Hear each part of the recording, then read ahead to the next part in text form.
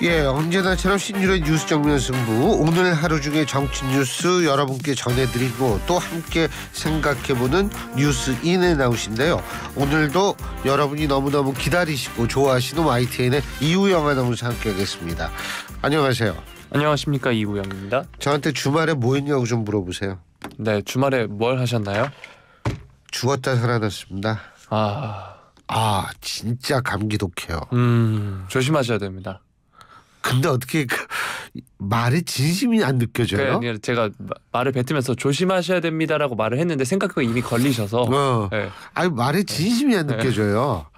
진짜 난 그래도 이게 오늘 이우영 아나운서 또 내가 안 나가면 어떡하나 그래가지고 내가 이 아픈 몸을 이끌고서 나왔는데 다시 할까요? 그만둬요. 네. 그렇게 성의 없이 말이야. 건성건성 그냥 그게 뭐예요 그게? 괜찮으십니까? 갑자기 군대 모드로 떠나가시네. 저는 근데 있잖아요. 없이는 상상을 할 수 없습니다. 네. 방송하다 내가 혹시 쓰러지면 네. 나의 죽음을 적에게 알리면 안 됩니다. 네, 그냥 자연스럽게 계속해서 방송 이어가도록 하겠습니다. 네. 그렇게 해야죠. 네. 근데 진짜 있잖아요. 온몸이 쑤시고 기침 나오고 장난이 아니에요. 이번 감기가 정말 독하다고 하더라고요. 네, 그래서 독감인가 봐요. 근데 나 독감 예방주사도 마셨거든요. 근데도 걸려요. 이게 지금 목도 이게 제 상태가 아니거든요. 이게 자꾸 이게 목이 좀 갈라지려고 그러고. 그러니까 이우영 아나운서도 모쪼록 꼭 건강 조심하시고 만일 이우영 아나운서가 감기에 걸리면 그때 내가 그거 어떻게 해요? 이렇게 즐겁게 나도 한번 물어볼게요. 반드시 걸리지 않도록 하겠습니다. 기다려봐야죠. 참 그리고 여러분들이 언제나 묻고 싶은 것이 있거나 의견 있으시면 우물정 0945 샵 0945로 의견을 보내주시면 제가 방송 중에 여러분 대신해서 여러분의 의견이나 질문사항을 전해드리도록 하겠습니다. 짧은 문자 50원, 긴 문자 100원의 유료 문자입니다. 자, 오늘 어떤 얘기부터 해볼까요? 네, 오늘 아침 있었던 북한의 미사일 발사 관련 소식부터 다뤄보도록 하겠습니다. 오늘 오전 8시 24분쯤이었죠. 평양 일대에서 동해상으로 발사된 장거리 탄도미사일 한 발이 포착됐다라고 합참이 밝혔는데요. 북한의 ICBM 발사가 올해 들어 5번째라고 합니다. 지난 7월 12일 신형 고체연료 ICBM 화성 18형을 시험 발사한 지 5달여 만이라고 하는데요. 한미가 지난주 핵협의그룹 NCG 회의를 열고 내년 8월 연합훈련에서 북한의 핵미사일 위협에 대응한 핵작전 연습을 하기로 합의한 데 대한 반발로 보이고 또 미국을 직접 타격할 수 있는 ICBM 역량을 과시하며 무력 시위에 나선 것으로 지금 풀이가 되고 있습니다. 윤석열 대통령은 오늘 이 미사일 발사에 대해 북한 미사일 경보 정보 실시간 공유 체계를 활용해서 한미일 공동 대응을 적극 추진하라 이렇게 지시를 했고요. 오늘 이제 조태용 국가안보실장 주재로 긴급 국가안전보장회의가 열렸는데 상임위원회가 열렸는데 여기에서 김명수 합참의장의 상황 보고를 받고 이러한 대응 방안을 지시를 했다고 합니다. 우리 영토와 국민에 대한 북한의 어떠한 도발도 즉시 압도적으로 대응하라. 이를 위해 한미 연합 방위 태세를 굳건하게 유지하라고 지시를 했다고 하고요. 또 국제사회와 적극 연대해서 북한의 불법적인 핵미사일 활동을 규탄하고 저지해 나가라라고 하면서 핵협의그룹의 과제도 속도감 있게 추진해서 한미의 대북 핵 억제 실행력을 더욱 강화하라 이렇게 지시를 했다고 합니다. 또 북한의 연말 연시 추가 도발 가능성에 대비해서 대응 태세에 만전을 기하라고 강조했다라고도 전했고요. 이 NSC 상임위원들은 북한이 국제사회 경고 또 유엔 안보리 결의를 정면으로 무시하고 지난달 21일 소위 군사정찰위성을 발사한 데 이어서 이번에 ICBM을 발사한 데 대해 한반도와 국제사회의 평화와 안전을 심각하게 위협하고 있다면서 강력히 규탄했다라고 합니다. 특히 북한이 핵무력 정책을 헌법에 명기하고 자체 핵미사일 프로그램 개발에 몰두하면서 오히려 그 책임을 한미동맹에 전가하고 있다는 점을 평가하기도 했는데요. 자, 또다시 미사일을 발사한 북한입니다. 지난주 한미가 핵협의그룹 회의를 열었고 내년 8월 연합훈련이 예정돼 있는 상황인데요. 이 소식 뉴스인 부탁드리겠습니다. 회의하는 거 중요하죠. 근데 더 중요한 거는 이 지속적이고 가시적으로 실제적으로 행동으로 옮길 것인가, 옮기겠다는 의지를 보여주는 게 저는 굉장히 중요하다고 보거든요. 근데 이제 제가 여기서 지속적이다라고 얘기하는 이유는 내년이죠. 내년에 만일 미국이 정권 교체가 된다라고 가정한다면, 지금 현재로 보면은 지금 이제 커커스나 이 프라이머리가 이제 시작이 될 텐데, 이 트럼프가 굉장히 좀 공화당 후보로 확실시가 되는 것 같아요. 분위기로 본다면. 또 뭐 상황은 달라질 수 있지만. 그래서 만일 정권 교체가 되고 트럼프가 된다면 이게 벌써부터 이런 얘기가 나오거든요. 트럼프가 재집권을 하게 될 경우에는 미국이 북한 핵을 용인할 수도 있다라는 얘기가 나오고 있습니다. 이렇게 된다면은 이거는 우리도 이런 변화에 대해서 사실 미리미리 시나리오를 짜고 대응을 해야 되거든요. 그러니까 만일 미국이 북한 핵을 용인한다라고 가정을 했을 때 그럼 우리는 어떻게 해야 되는지. 그리고 예를 들면은 지금 우리가 미국의 이른바 핵 우산 안에 들어가 있고 이렇게 돼 있는데 이것이 실제로 더 가능하지 않게 되면 어떻게 될 것인지 이런 데를 미리미리 대비를 해야 되거든요. 그러면 우리가 지금 당장 뭘 어떻게 할 수는 없어요. 그래서 우리가 지금 할 수 있는 것부터 하셔야 하는 거죠.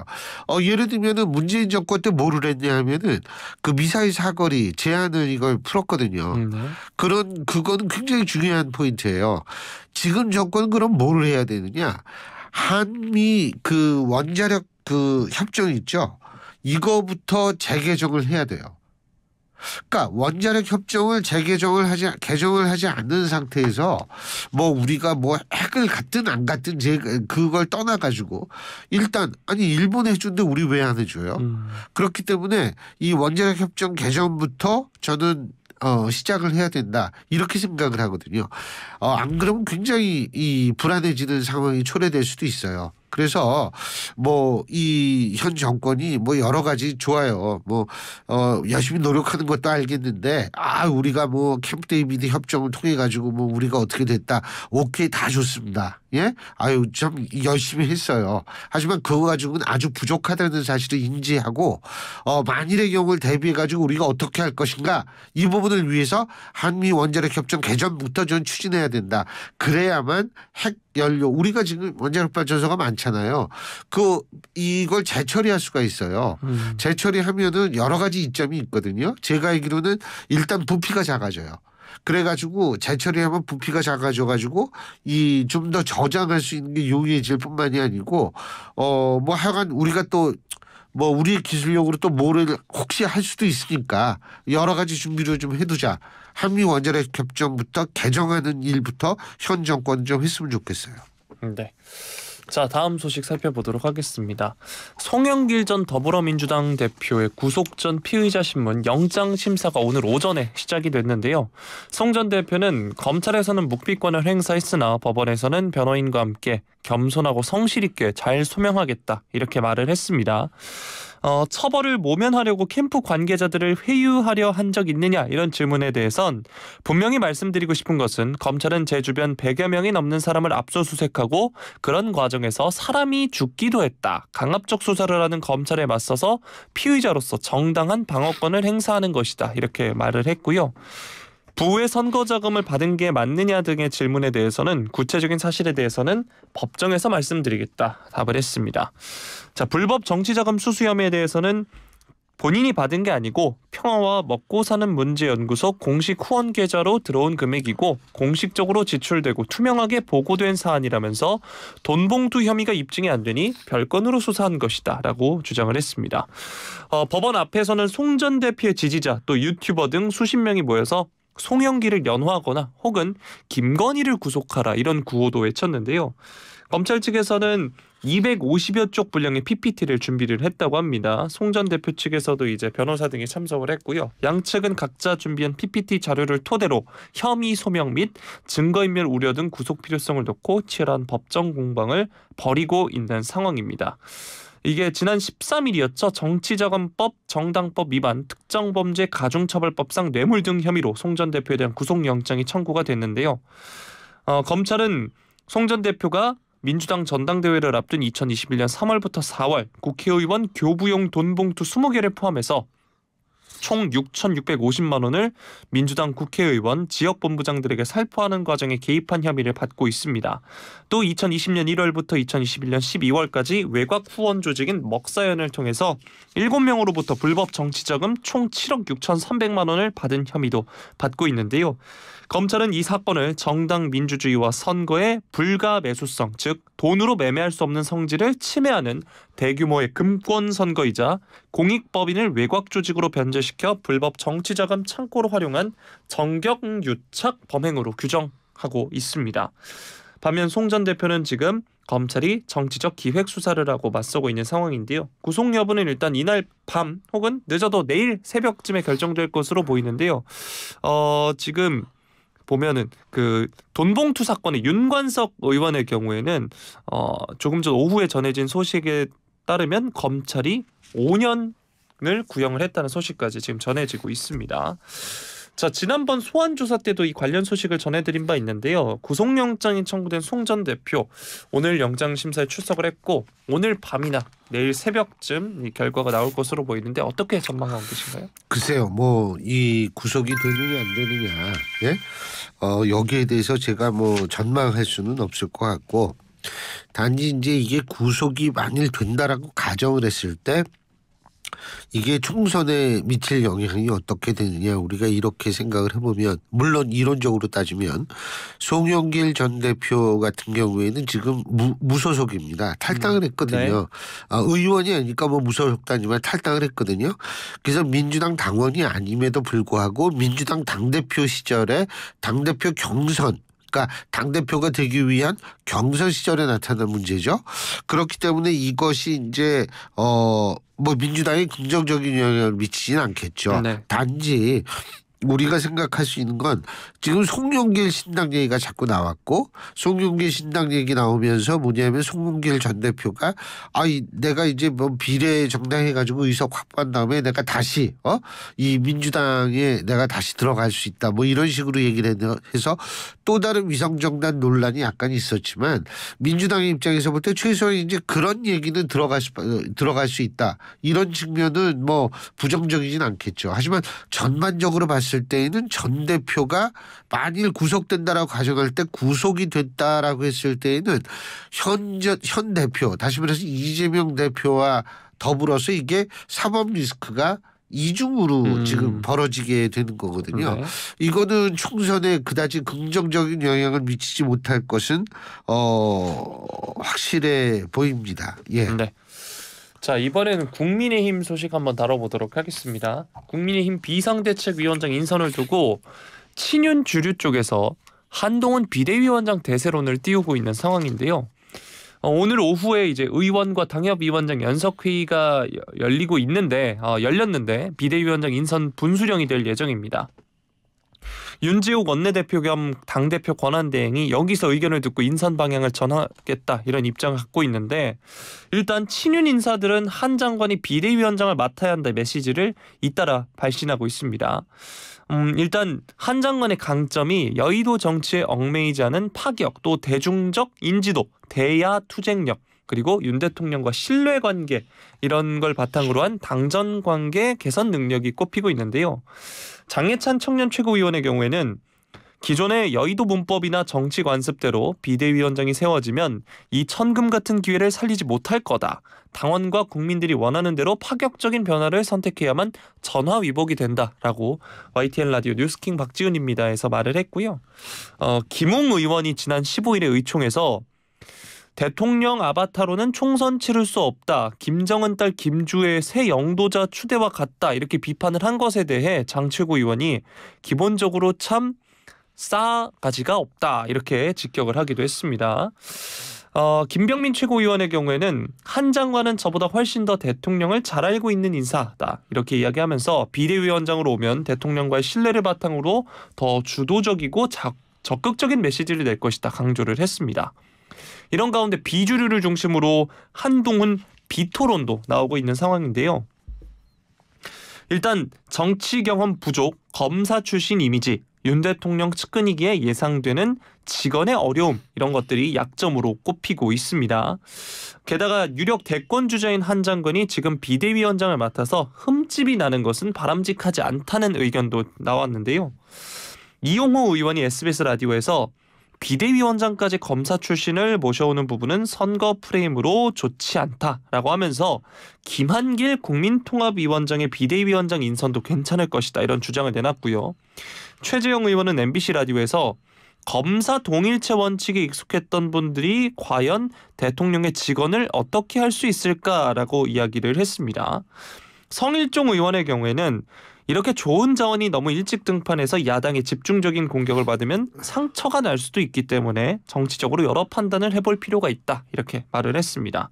자, 이런 가운데 한동훈 법무부 장관은 오늘 예정된 외부 일정을 돌연 취소했다고 하는데요. 오늘 오후 열릴 마을 변호사 10주년 기념식에 직접 참석할 예정이었는데 법무부 차관이 대신 참석하는 것으로 일정이 변경됐다고 하고요. 대신 참석하는 이유는 밝혀지지 않았습니다. 국민의힘이 크리스마스인 25일을 전후해서 비대위원장을 맡을 인물을 결정할 것으로 알려지고 있는데요. 오늘 지금 전해진 소식도 보면 결론을 지금 내리지 못했다고 합니다. 오늘 연석회의를 통해서 결론을 내리지 못했다라는 소식이 조금 전에 전해지고 있고요. 선대위원장, 자객공천 등에 대해서도 이야기가 많았던 한동훈 법무부 장관이 비대위원장으로 갈지도 주목이 되고 있는 상황입니다. 어떻게 전망하고 계신가요? 일단은 오늘 차관 대신 참석한 거기요. 그건 지난번에도 차관이 갔고 장관이 안 갔어요. 네. 그렇기 때문에 그거와 오늘 차관이 거기 참석했다라는 것과 이걸 연결시킬 이유는 없을 것 같고, 한동훈 장관 같은 경우에는 제가 볼 때는 장점이 많아요. 그러니까 우선 패션 감각 이거 중요하거든요.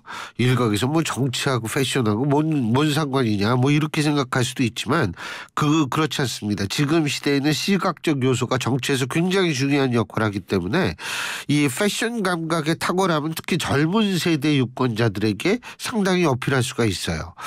그리고 또 뛰어난 언변 이거는 소위 말해서 팬덤을 형성하기에도 충분할 정도의 어떤 아주 뛰어난 언변을 가지고 있고 순발력도 정말 수준급입니다. 그런데 이런 것들은 종합해서 정치 감각이라고 부르지 정치력이라고 부르지 않거든요. 근데 정치력은 아직 검증된 바가 없어요. 한동훈 장관은.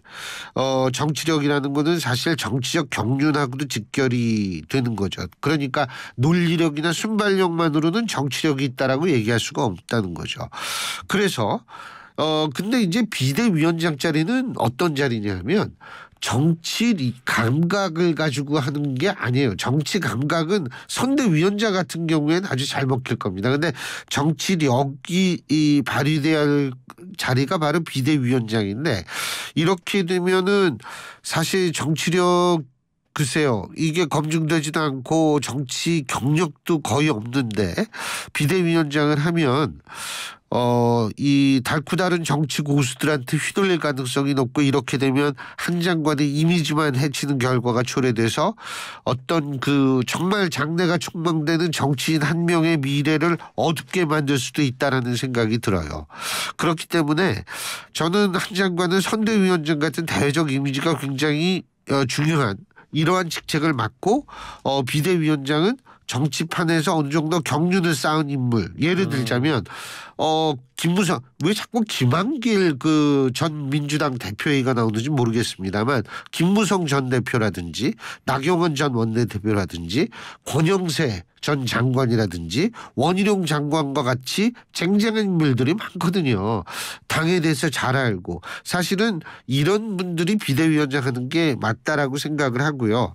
그리고 또 한 가지 제가 말씀드리는데 19대 총선을 얘기하는 경우가 있어요. 이게 이명박 정권 5년 차에 치러진 총선에서 한나라당이 승리한 경우를 말하는데 당시에는 레임덕에 빠진 이명박 대통령 뒤로 빠지고 미래 권력인 박근혜 전 대통령이 당시 비대위원장이 총선을 진두지휘했어요. 그래서 회고형 투표로 전망형 투표로 바꿔서 결국 승리를 했는데 이번에도 이런 전략을 쓸 수는 있다고 봅니다. 하지만 성공하기 위해서는 두 두 가지를 할 수 있느냐부터 여권 핵심부는 생각을 해야 될 겁니다. 첫째, 윤석열 대통령이 뒤로 빠질 수 있는지. 뒤로 빠져야 합니다. 이게 성공하려면. 윤석열 대통령이 선거에서 뒤로 빠져야 하고, 둘째는 뭐냐면 한동훈 장관이 비대위원장이 많이 돼가지고 그렇게 하려면 윤석열 대통령을 밟고 앞으로 나아갈 수 있게끔 그걸 허용해야 합니다. 이 두 가지 조건이 갖추어진다면 저는 한동훈 장관이 비대위원장을 맡고 19대 총선에서의 어떤 그 성공 사례를 얼마든지 다시 재현할 수 있다라고 생각합니다. 하지만 만일 그렇지 못한다면 한동훈 장관 괜히 휘둘리기만 하고, 그럴 바에는 제가 앞서 말씀드린 쟁쟁한 정치인들 김무성 전 대표라든지 뭐 나경원 전 원내대표라든지 관영세 전 장관이라든지 이런 분들 모셔다 가는 게 훨씬 저는 합리적이고 좋다라고 생각합니다. 네. 앞서서 뛰어난 언변, 순발력, 패션 얘기를 해주셨는데 네. 그럼 교수님 네. 자, 다음 소식으로 넘어가도록 지금 하겠습니다. 시간이 있잖아요. 5분 남았는데 네. 지금 자꾸 이렇게 사회생활 하려고. 내 지금 감기 때문에 지금 제정신이 아니에요 지금. 자, 다음 소식 살펴보도록 하겠습니다. 자, 더불어민주당 이낙연 전 대표가 연일 신당 창당 의지를 굳혀가고 있는 가운데 당내에서는 이에 대해서 비난하는 목소리가 더욱 커지고 있는 상황입니다. 자, 친명계 원외 조직 더민주 전국혁신회의가 오늘 오전 국회에서 기자회견을 열었는데요. 헛된 정치적 욕망으로 자신의 역사와 민주당의 이름에 먹칠을 하고 선후배 동지들에게 깊은 상처를 안기고 있다라면서 비난을 했습니다. 그러면서 명분 없는 창당은 이 전 대표의 헛된 정치적 욕망 때문이다, 이렇게 말을 했고요. 이광재 전 의원의 경우에는 총선에서 우리가 힘을 모아서 함께 싸우고 승리해야 하는데 갑자기 신당 얘기를 하니 너무 황당하다, 이렇게 지적을 했습니다. 초선인 강득구, 강준현, 이소영 의원이 주도해서 지난 14일 시작된 이낙연 전 대표 신당 추진 중단 호소문 서명은 닷새째 이어지고 있는 것으로 지금 알려지고 있고요. 이처럼 당내에서는 이 신당 창당 안 된다 여론이 우세하지만 일부 비명계는 이재명 대표가 이 전 대표를 직접 만나서 통합 행보를 해야 된다 목소리가 나오고 있습니다. 박용진 의원이 SNS에 분열의 상징이 될 신당 추진을 비판하지만 분열의 과정을 손 놓고 지켜만 보는 지도부의 수수방관 태도도 동의할 수 없다, 이렇게 말을 했습니다. 문재인 정부 청와대 정무수석 출신인 이철희 전 의원은 CBS 라디오에서 이 전 대표 신당 추진 호소문 서명을 두고는 문제를 해소하려는 노력 없이 그만해라 하는 것은 거칠다, 나가라는 것밖에 더 되나, 이렇게 반문을 했습니다. 이재명 대표 측은 이 전 대표와의 회동에도 열려있다는 입장인데요. 권칠승 수석 대변인이 오늘 기자들 앞에서 이 만남에 대해서 확정된 것은 없다라고 하면서 추진은 하고 있다고 봐도 좋을 것이다 언급을 했습니다. 민주당 내에서 일단 신당 창당에 대한 여론이 굉장히 부정적인 것 같은데요. 이재명 대표는 여전히 회동에 열려있다는 입장이고 이낙연 전 대표 측에서는 반응이 없습니다. 두 사람의 회동이 이뤄질 거라고 보시나요? 이게요. 그 지난번에 이재명 대표하고 이낙연 전 대표하고 만났었잖아요. 그때가 제 기억으로는 7월 정도 될 거예요. 근데 일부 보도에 따르면 뭐 제가 그 자리에 없었으니까 뭐 그런지 안 그런지는 확인할 수가 없습니다만 이낙연 전 대표가 이재명 대표한테 그때 당시에 벌써 퇴진을 요구했다라는 보도가 있어요. 그런데 이낙연 전 대표 입장에서 볼 때에는 그 요구를 했는데 자신의 요구 사항이 전혀 사실 먹히지 않았잖아요. 그런 상황에서는 이낙연 전 대표 입장에서 볼 때 다시 만날 이유가 없다라고 분명히 생각할 수 있을 겁니다. 두 번째는 전 사실 뭐라고 생각하냐면 이따가 그 사부에서 김대중 대통령 탄생 100주년 이 100주년 추진위원회에 전병헌 김대중 재단 전략기획위원장을 인터뷰하려고 그러는데 제가 그거 물어보려고 그래요. 과연 지금의 민주당이 김대중 전 대통령이 이끌었던 민주당과 인적 혹은 어떤 정신적 이런 것과 연계가 돼 있는가, 이걸 좀 여쭤보려고 하는데 사실 이낙연 전 대표도 그런 부분도 명분적으로 생각을 할 거예요. 그러니까 지금의 민주당과 과거 정통 민주당의 차이가 있다라고 생각할 가능성이 높다는 거죠. 그러니까 예를 들면은 지도부 같은 경우에는 사실 문재인 전 대통령도 영남뿐이었고 뭐 문재인 전 대통령과 뭐 굉장히 정신적인 동지관계에 있는 조국 전 장관도 영남뿐이고 그다음에 김경수 지사도 영남 사람이고 이재명 대표도 영남이고 그렇기 때문에 사실 저는 영호남 이거 화합도 좋은데 어쨌든 정통 세력 지금도 그 민주당의 주요 지지 기반은 호남이잖아요. 그렇기 때문에 호남을 무시할 수 없는 게 저건데 이낙연 전 대표는 조금 다르게 생각할 수 있는 가능성이 있다. 그러니까 이게 둘이 만나도 뭐 그렇게 할 얘기는 없을 거예요. 저는 그 만남 회동 가능성은 그렇게 크지 않다고 보고요. 또 하나 정치도 사람이 하는 거거든요. 근데 이재명 대표가 정세균 대표 전 총리나 김부겸 전 총리 자꾸 만나려고 하고 오늘일 거예요 아마. 그 길이의 김대중이라는 영화 시사회 거기에서 이제 김부겸 전 총리는 만난다는 거 아니에요. 그렇게 되면 야 이제 나를 이걸 포위해 가지고 완전히 이렇구나. 그러면 더 세게 나갈 수밖에 없죠. 그게 정치인데. 그래서 제가 볼 때는 이 문제 그렇게 간단하게 끝날 문제 아니라고 생각합니다.